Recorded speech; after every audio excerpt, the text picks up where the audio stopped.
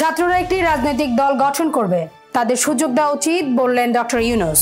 ৫৮তম বিশ্ব ইজতেমার প্রথম পর্ব শুরু। ইজতেমা ময়দানে দেশের সর্ববৃহৎ জুমার জামাত অনুষ্ঠিত এবং ছাত্রলীগ নাশকতার চেষ্টা করলে কঠোর হস্তে দমন করা হবে বললেন ডিএমপি কমিশনার। অভিনন্দন ভোরের পাতার প্রাইম নিউজে, সাথে আছি তাসনুবা ঐশী।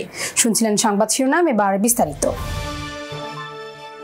ছাত্ররা একটি রাজনৈতিক দল গঠন করবে, এ লক্ষ্যে তারা দেশব্যাপী নিজেদের সংগঠিত করেছে বলে জানিয়েছেন প্রধান উপদেষ্টা ডক্টর মোহাম্মদ ইউনূস। সম্প্রতি সুইজারল্যান্ড সফরে ব্রিটিশ গণমাধ্যম ফিনান্সিয়াল টাইমসের ফরেন অ্যাফেয়ার্স প্রধান গিডিয়েন র্যাচম্যানের উপস্থাপনায় একটি পডকাস্টে তিনি এসব কথা বলেন। আলোচনার এক পর্যায়ে বাংলাদেশে আগামী জাতীয় নির্বাচন নিয়ে কথা বলার ফাঁকে ছাত্রদের দল গঠন নিয়ে প্রশ্ন করা হয়। তখন প্রধান উপদেষ্টা বলেন, শিক্ষার্থীরা ভালো কাজ করছে, এখন ছাত্ররা বলছে কেন তারা নিজস্ব দল গঠন করবে না, আমরা একটা সুযোগ নেব। তারা আরো বলছে আপনার কোনো সুযোগ নেই, সংসদে আপনার কোনো আসন নেই, কেন? কেউ আপনাকে চেনে না। আমি বললাম পুরো জাতি তাদের চেনে, তাদেরকে একটা সুযোগ দেওয়া উচিত, তারা যা করতে চায়, সুতরাং তারা তাই করবে। নিষিদ্ধ সংগঠন ছাত্রলীগ সহ কেউ যদি হরতাল সহ বিভিন্ন কর্মসূচি দিয়ে নাশকতার চেষ্টা করে কঠোর হস্তে দমন করার হুঁশিয়ারি দিয়েছেন ঢাকা মহানগর পুলিশ কমিশনার শেখ মোহাম্মদ সাজ্জাদ আলী। শুক্রবার সোহরাওয়ার্দী উদ্যানে ২১শে বইমেলা নিরাপত্তা ব্যবস্থা পরিদর্শন শেষে ব্রিফিংয়ে তিনি এসব কথা বলেন। এ সময় ডিএমপি কমিশনার জানান, এবার বইমেলায় বিতর্কিত ও উস্কানিমূলক বই আসার সুযোগ নেই। বিস্তারিত রাকিব হাসানের প্রতিবেদনে। নিষিদ্ধ সংগঠন ছাত্রলীগ সহ কেউ যদি হরতালের নামে বিভিন্ন কর্মসূচি দিয়ে নাশকতার চেষ্টা করে তাদের কঠোর হস্তে দমন করার হুঁশিয়ারি দিয়েছেন ঢাকা মহানগর পুলিশ কমিশনার শেখ মোহাম্মদ সাজ্জাদ আলী। শুক্রবার সোহরাওয়ার্দী উদ্যানে ২১শে বইমেলার সার্বিক নিরাপত্তা পরিদর্শন শেষে আয়োজিত এক সংবাদ সম্মেলনে তিনি এসব কথা বলেন। নিষিদ্ধ ঘোষিত ছাত্রলীগের অনেক নেতাকে আমরা ইতিমধ্যে অ্যারেস্ট করেছি, তা বন্দী আছে। তারা যদি এরকম কোনো অ্যাটেম্প নেয় অবশ্যই আমরা ব্যবস্থা নিব। ডিএমপি কমিশনার বলেন, বিভিন্ন জায়গা থেকে বিভিন্ন প্রোগ্রাম আসছে, আমরা এসব প্রোগ্রাম প্রতিহত করছি। বিভিন্ন জায়গা থেকে বিভিন্ন প্রোগ্রাম আসতেছে এবং আপনারা দেখছেন সেই সব প্রোগ্রাম আমরা মোকাবেলা করতেছি এবং প্রোগ্রাম তো দিতেই পারে, ভিডিও বার্তা মিডিয়ার জগৎ প্রোগ্রাম দিতেই পারে এবং সেগুলো তো আমরা প্রতিদিনই মোকাবেলা করে যাচ্ছি। এবং বইমেলায় ঢাকা মেট্রোপলিটন পুলিশের পাশাপাশি র্যাব ও গোয়েন্দা সংস্থার সদস্যরা নিরাপত্তায় নিয়োজিত থাকবে জানিয়ে মোহাম্মদ সাজ্জাদ আলী বলেন, টিএসসি থেকে জোয়েল চত্বর সবসময় বন্ধ থাকবে না। ঢাকা বিশ্ববিদ্যালয়ের আশেপাশের এলাকায়ও নিরাপত্তা ব্যবস্থা জোরদার করা হবে। ঢাকা বিশ্ববিদ্যালয় এলাকায় মেলা চলাকালীন ১ মাস কোনো ভারী যানবাহন চলতে পারবে না। সিসিটিভি দ্বারা সমগ্র এলাকা নিরাপত্তা বেষ্টনীর মধ্যে আনা হয়েছে। এই কন্ট্রোল রুমের মাধ্যমে পুরো এলাকার নিরাপত্তা ব্যবস্থা তদারকি করা হবে। ঢাকা মেট্রোপলিটন পুলিশের বাইরেও র্যাব, সিটি এবং অন্যান্য আইন শৃঙ্খলা বাহিনীর সদস্যরা, গোয়েন্দা বাহিনীর লোকেরা সার্বক্ষণিকভাবে তথ্য সংগ্রহ এবং নিরাপত্তা ব্যবস্থায় আমাদেরকে সাহায্য সহযোগিতা করবে।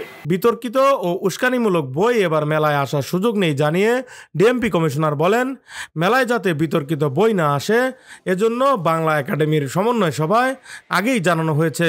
এবার নতুন বই প্রকাশের আগে বাংলা একাডেমি সেই বই পুঙ্খানুপুঙ্খভাবে দেখে তারপরে স্টলে দিবে। সমন্বয় সভা করেছিলাম, সেখানে বাংলা একাডেমির কর্মকর্তারা ছিলেন। তাদেরকে আমরা রিকোয়েস্ট করছি যে এরকম কোনো বই যেন স্টলে না আসে এবং কোনো বইয়ের ভিতরে এই উস্কানিমূলক কথা লেখা আছে এটার জন্য ওরা স্ক্যানিং করে ভেটিং করে স্টলে উপস্থাপন করেন। আমি আশা করি ওনারা ওনাদের দায়িত্ব সঠিকভাবে পালন করবে। এ সময় বইমেলায় ৩ স্তরের নিরাপত্তা ব্যবস্থার কথাও জানান ডিএমপি কমিশনার। রাকিব হাসান, ভোরের পাতা। টঙ্গীর তুরাগ তীরে আমবানের মধ্য দিয়ে শুরু হয়েছে বিশ্ব ইজতেমার প্রথম পর্ব। শুক্রবার ফজরের পর থেকে ইজতেমার আনুষ্ঠানিকতা শুরু হয়। এরই মধ্যে দেশ বিদেশের লাখ লাখ মুসল্লি তুরাগ তীরে ইজতেমা ময়দানের মূল প্যান্ডেলে এসে অবস্থান নিয়েছেন। বিস্তারিত ডেস্ক রিপোর্টে। টঙ্গীর তুরাগ তীরে আম বয়ানের মধ্য দিয়ে শুরু হয়েছে বিশ্ব ইজতেমার প্রথম পর্ব। শুক্রবার ফজরের পর থেকে ইজতেমার আনুষ্ঠানিকতা শুরু হয়। এরই মধ্যে দেশ বিদেশের লাখ লাখ মুসল্লি তুরাগ তীরে ইজতেমা ময়দানের মূল প্যান্ডেলে এসে অবস্থান নিয়েছেন। আয়োজক সূত্রে জানা যায়, পাকিস্তানের মাওলানা জিয়াউল হক ফজরের নামাজের পর উর্দুতে আম বয়ান শুরু করেন। তার বয়ান বাংলা ভাষায় অনুবাদ করে শোনান বাংলাদেশের মাওলানা নুরুর রহমান।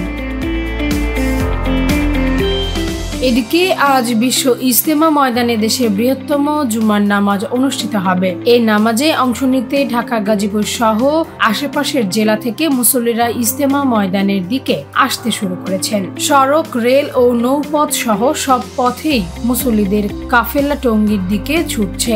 জুমার নামাজে লাখ লাখ মুসল্লি শরীক হবেন বলে আশা করা হচ্ছে। ডেস্ক রিপোর্ট, ভোরের পাতা।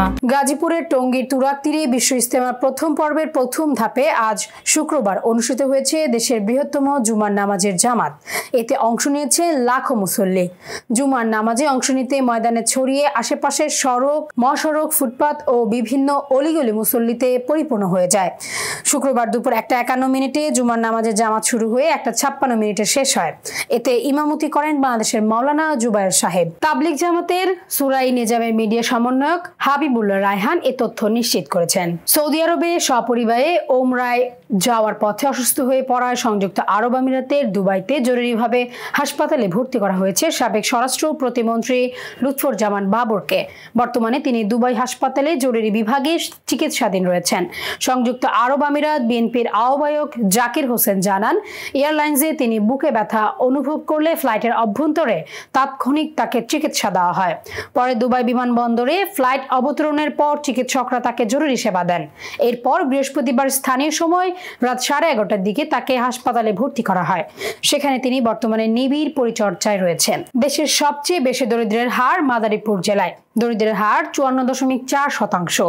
অন্যদিকে নোয়াখালী জেলার দারিদ্র্যের হার সবচেয়ে কম, মাত্র 6.1%। বৃহস্পতিবার বাংলাদেশের দারিদ্র্য মানচিত্র প্রকাশ করেছে বাংলাদেশ পরিসংখ্যান ব্যুরো। এতে দেখা যায় মাদারীপুরের ডাসার উপজেলার সবচেয়ে বেশি 63% দরিদ্র মানুষ বসবাস করছে। অন্যদিকে রাজধানীর পল্টন থানায় এ হার 1%। তুলনামূলক এই অনুপাত বলে দেয় বৈষম্য কোন পর্যায়ে পৌঁছেছে। প্রতিবেদনে সবচেয়ে বেশি দরিদ্র মানুষের জেলা হিসেবে মাদারীপুরের নাম দেখে অনেকে বিস্ময় প্রকাশ করেছেন। কারণ 2016 সালে প্রকাশিত দারিদ্র মানচিত্র অনুযায়ী মাদারীপুর ছিল সবচেয়ে কম দরিদ্র মানুষের জেলার মধ্যে তৃতীয়। ওই প্রতিবেদনে জেলাটিতে দরিদ্র মানুষের হার ছিল 3.7%। 6 বছরের ব্যবধানে এরকম উল্টো চিত্র মুদ্রণজনিত ত্রুটি কিনা জানতে চাইলে বিবিএস এর এক কর্মকর্তা গণমাধ্যমকে বলেন, প্রতিবেদনে প্রকাশিত চিত্র সঠিক, তবে গত প্রতিবেদনে কিছু ত্রুটি থাকতে পারে। এ দুর্বল ভিত্তির কারণে তথ্যের নির্ভুলতা নিয়ে প্রশ্ন উঠতে পারে। রাজধানীর হাজীপাড়া বউবাজারে প্রায় 10টির মতো মুদি দোকান রয়েছে। এর মধ্যে বোতলজাত সয়াবিন তেল পাওয়া গেছে 3 থেকে 4টি দোকানে, যার মধ্যে 2টি দোকানে বোতলের গায়ে লেখা দামের চেয়ে 5 টাকা বেশিতে তেল বিক্রি হতে দেখা গেছে। শুক্রবার সকালে বউবাজার সহ রাজধানীর রামপুরা ও মালিবাগ এলাকার খুচরা বাজার ঘুরে বোতলজাত সয়াবিন তেলের এ সংকট দেখা গেছে। বাজারের খুচরা বিক্রেতারা জানিয়েছেন, প্রায় 1 সপ্তাহ ধরেই সরবরাহকারী কোম্পানিগুলো তেলের সরবরাহ কমিয়েছে। এর আগে গত ডিসেম্বরেও সরবরাহ কমিয়ে 1 দফার দাম বাড়িয়েছিল কোম্পানিগুলো। আসন্ন রমজানের আগে আরো 1 দফা দাম বাড়ানোর কথা হতে পারে বলে ধারণা করছেন তারা। সেন্ট মার্টিনে ফেব্রুয়ারি মাসে সরকারি বিধিনিষেধ প্রত্যাহার করে পর্যটক যাতায়াত উন্মুক্ত করার দাবিতে মানববন্ধন ও বিক্ষোভ মিছিল করেছে বিভিন্ন ব্যবসায়ী সংগঠন ও দ্বীপবাসী। সেন্ট মার্টিন বাজারে বিভিন্ন ব্যবসায়ী সংগঠন ও দ্বীপবাসীর উদ্যোগে এই কর্মসূচির আয়োজন করা হয়। মানববন্ধন ও বিক্ষোভ কর্মসূচিতে দ্বীপবাসীর পাশাপাশি স্থানীয় হোটেল, মোটেল ও কটেজ মালিক সমিতি, tour operator association of Cox's Bazar, টুয়াক রেস্টুরেন্ট মালিক সমিতি, সার্ভিস ট্রলার মালিক সমিতি, স্পিডবোট মালিক সমিতি, ভ্যান গাড়ি মালিক শ্রমিক সমিতি এবং বাজার ব্যবস্থাপনা ব্যবসায়ী সমিতি সহ পর্যটন ও সংশ্লিষ্ট বিভিন্ন প্রতিষ্ঠান ও সংগঠনের কয়েক শত লোক অংশগ্রহণ করেছেন। এবার আন্তর্জাতিক সংবাদ।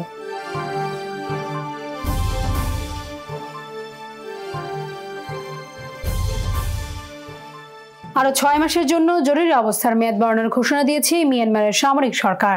শুক্রবার জান্তার এই নির্দেশ দেশটির রাষ্ট্রীয় গণমাধ্যম প্রকাশ করা হয়। মিয়ানমারের সরকারি গণমাধ্যম MRTV এক টেলিগ্রাম বার্তায় বলেছে, সুষ্ঠু ও নিরপেক্ষ নির্বাচন আয়োজনের জন্য এখনো অনেক কাজ বাকি রয়েছে। বিশেষ করে শান্তি ও স্থিতিশীলতা নিশ্চিত করাই সবচেয়ে গুরুত্বপূর্ণ। 2021 সালে নোবেল শান্তি পুরস্কার বিজয়ী অং সান সুচির নেতৃত্বাধীন গণতান্ত্রিক সরকারকে উৎখাতের পর দেশটির ক্ষমতা দখল করে সামরিক জান্তা। বর্তমানে দেশটি গৃহযুদ্ধের কবলে পড়েছে। এমন পরিস্থিতিতে এই বছর নির্বাচনের আয়োজনের পরিকল্পনা করেছে সামরিক সরকার। তবে সামরিক সরকার এখনো নির্বাচনের নির্দিষ্ট তারিখ ঘোষণা করেনি। সিরিয়ার সাবেক প্রেসিডেন্ট বাশার আল আসাদের রাজনৈতিক দল বাথ পার্টিকে বিলুপ্ত ঘোষণা করেছে দেশটির বর্তমান প্রশাসন। একই সঙ্গে সিরিয়ার সংবিধানও বাতিল করা হয়েছে। বিলুপ্ত করা হয়েছে সিরিয়ার সেনাবাহিনী ও নিরাপত্তা বাহিনী সহ ছোট বড় সকল সশস্ত্র গোষ্ঠী। এক প্রতিবেদনে তথ্য জানিয়েছে সংবাদ মাধ্যম আল জাজিরা।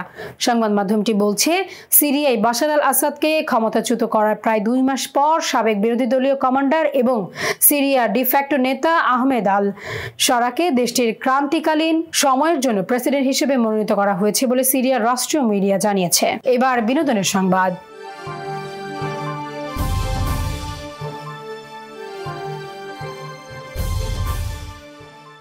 1960-এর দশকে প্রখ্যাত ব্রিটিশ সঙ্গীত শিল্পী অভিনেত্রী মারিয়ান ফেইথফুল মারা গেছেন। বৃহস্পতিবার লন্ডনে তার মৃত্যু হয়েছে বলে জানিয়েছেন মারিয়ান থর মুখপাত্র। মৃত্যুকালে তার বয়স হয়েছিল 78 বছর। মারিয়ানের মৃত্যুর খবর নিশ্চিত করে তার মুখপাত্র বিবিসিকে পাঠানো বিবৃতিতে বলেন, গভীর দুঃখের সঙ্গে জানাচ্ছি গায়িকা, গীতিকার ও অভিনেত্রী মারিয়ান ফেইথফুল মারা গেছেন। তার পরিবার আর বিশ্বজুড়ে ছড়িয়ে থাকা ভক্তরা মারিয়ানাকে মিস করবেন। 1946 সালের 29 ডিসেম্বর লন্ডনের হ্যামস্টেডের জন্ম মারিয়ানার। 1964 সালে গানের ক্যারিয়ারে শুরু করেন তিনি। 1964 সালে দ্য রোলিং স্টেশনের সঙ্গে কাজ করতে শুরু করেন। নিজের নামে তার প্রথম অ্যালবাম মুক্তি পায় 1965 সালে। এরপর আরো 21 অ্যালবাম আসে। সর্বশেষ শি ওয়ার্কস ইন বিউটি মুক্তি পায় 2021 সালে। এবার খেলাধুলা সংবাদ। বিপিএল এ অংশগ্রহণকারী ক্রিকেটারদের পারিশ্রমিক বিষয়ক চলমান ইস্যু নিয়ে সত্যানুসন্ধান কমিটি গঠন করেছে জাতীয় ক্রীড়া পরিষদ। 3 সদস্যের ওই কমিটিকে আগামী 7 দিনের মধ্যে তাদের প্রতিবেদন জমা দিতে বলা হয়েছে। এনএসসির এক বিজ্ঞপ্তিতে জানানো হয়, এবারে বিপিএল টি20 নতুন বাংলাদেশ গড়ার স্বপ্নের সঙ্গে সামঞ্জস্য রেখে আয়োজন করা হয়েছে। কিন্তু চলতি আসরে ক্রিকেটারদের পারিশ্রমিক বকেয়া নিয়ে গণমাধ্যমে বেশ কিছু প্রতিবেদন প্রকাশিত হয়েছে। সেই প্রতিবেদন ধরে ক্রিকেটারদের সঙ্গে চুক্তি বিষয়ক ব্যাপারগুলো তদন্ত করবে এই কমিটি। সংবাদ শেষ করার আগে সুনামগুলো আরো একবার। ছাত্ররা একটি রাজনৈতিক দল গঠন করবে, তাদের সুযোগ দেওয়া উচিত বললেন ডক্টর ইউনূস।